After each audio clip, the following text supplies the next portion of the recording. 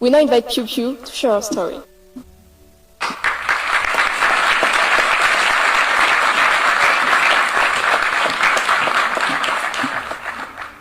မင်္ဂလာပါ Bonjour à tous. Good afternoon, ladies and gentlemen. I am Piu Piu. Before I introduce myself, I would like to thank the Secretary General, Madame Jumalapali, the team Clement, Veronique, Diane, my friend Vivienne, and everyone here for giving me a chance to give a testimony at the opening ceremony of Clement 2025.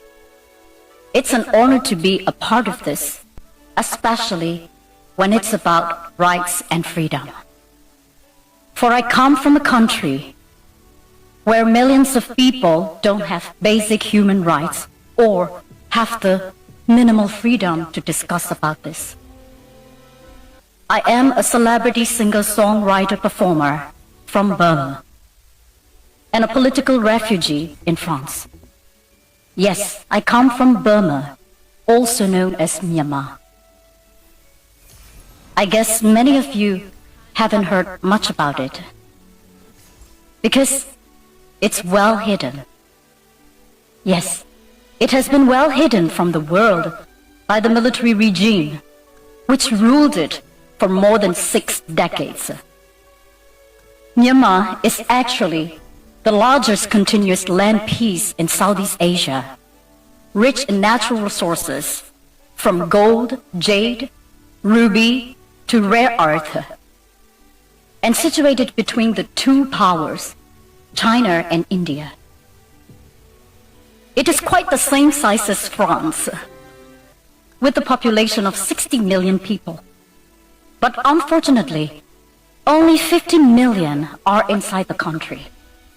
The rest 10 million are displaced outside due to the long history of civil war, political unrest, violations of human rights, lack of freedom, and different kinds of oppression caused by the military rule.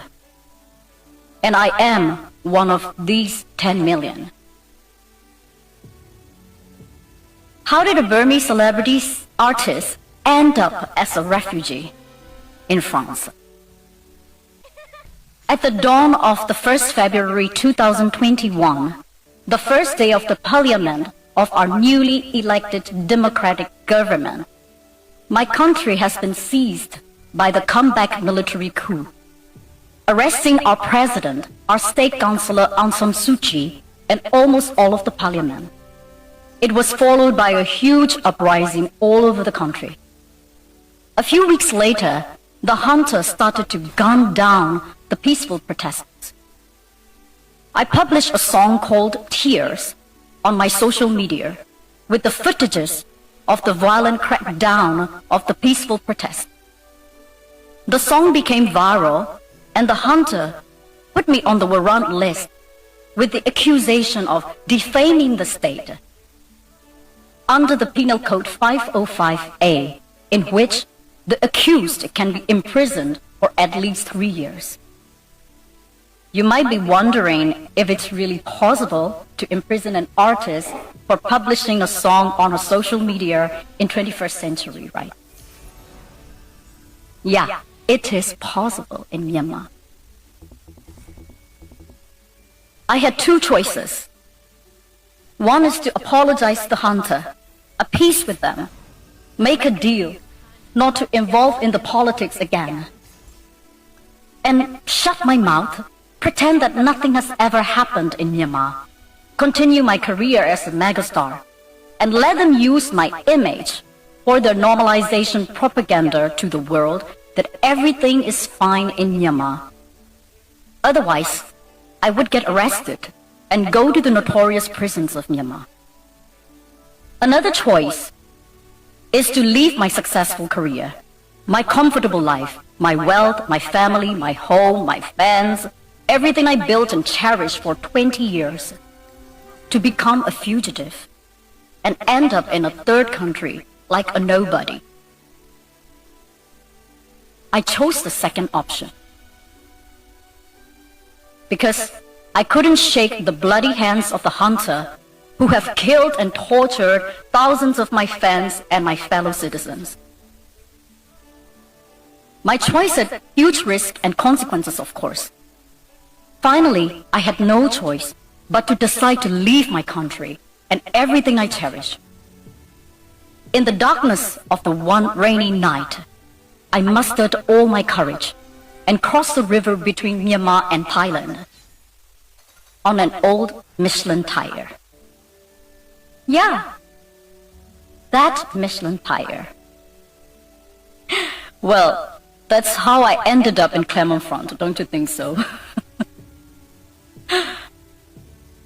Well, that was a nightmare for me that night, actually. Then I hid in Thailand for a few more months until I received protection from France. But not everyone was that fortunate. Some of my fellow resistant artists got arrested, some imprisoned, and one famous musician got killed in the frontiers. And one famous hip-hop artist, who is also the member of the parliament, got a capital punishment, and he got executed in prison. That execution was the first in 30 years of our history. And now you might be wondering, what's happening now in Myanmar 4 years after the coup? Well, the cruelty of the regime is becoming more severe each day, although the plight of my country and my people has unfortunately become less visible in the world's news lately.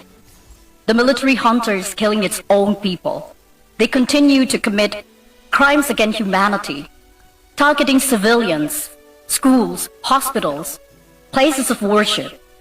There are already 30,000 people arrested, nearly 10,000 people murdered, not only in prisons or in conflict areas, but also from daily airstrikes by hunters' fighter jets on civilians' residential areas and war camps, destroying hospitals along with their patients and leaving temporary schools with bloody classrooms.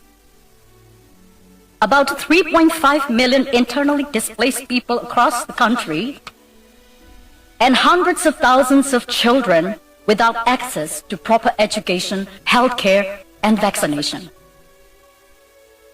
Last year, the junta activated the conscription law and started to kidnap even the minors, just to use them as human shields in the battlefields. Majority of the people in Myanmar barely get 4.5 hours of electricity a day and hardly making a living under poverty, pressure, and scrutiny.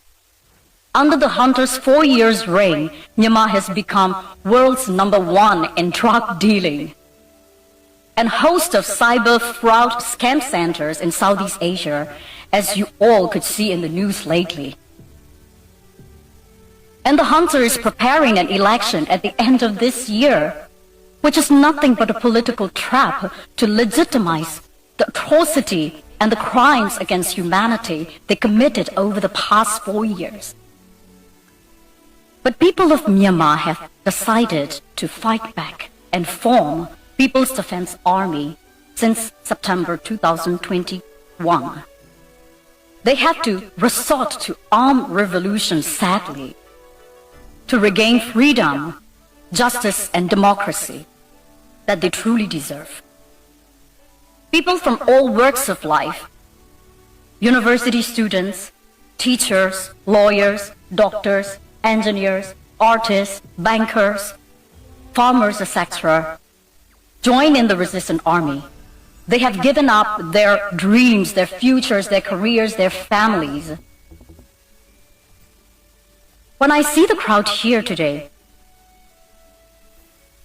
you remind me of hundreds of thousands of young people, as young as 17 and 18 like you, fighting in the jungles of Myanmar to get back their basic rights. People like us, who are scattered and displaced around the world, also participate in the revolution in different ways, like what I'm doing right now, speaking out about our country and helping the war victims with humanitarian aids. As an exile-resistant artist, I toured around the world since the end of 2024, singing fundraising charity concerts in London, Seoul, Sydney, Melbourne, and Tokyo to support the displaced people in war-torn areas, to unite Myanmar diaspora, and to increase the awareness of our forgotten war in the international scene. As a result of that, 4 months ago, the junta revoked my citizenship. Now I'm not only a nobody, I have no nationality and no citizenship anymore. But that's not gonna stop me. I will continue my fight. I will continue to speak out the truth to raise awareness of our forgotten country and our forgotten war. I will continue to do whatever I can. This chance of my 10 minutes testimony here means so much to me and to my people of Myanmar. Your presence, especially that of young people here, encourages us, and your attention ensures us that we are seen, we are heard, we are recognized, and that we are not forgotten. And I hope one day the peace and justice would return to my country. Thank you very much. Have a wonderful day.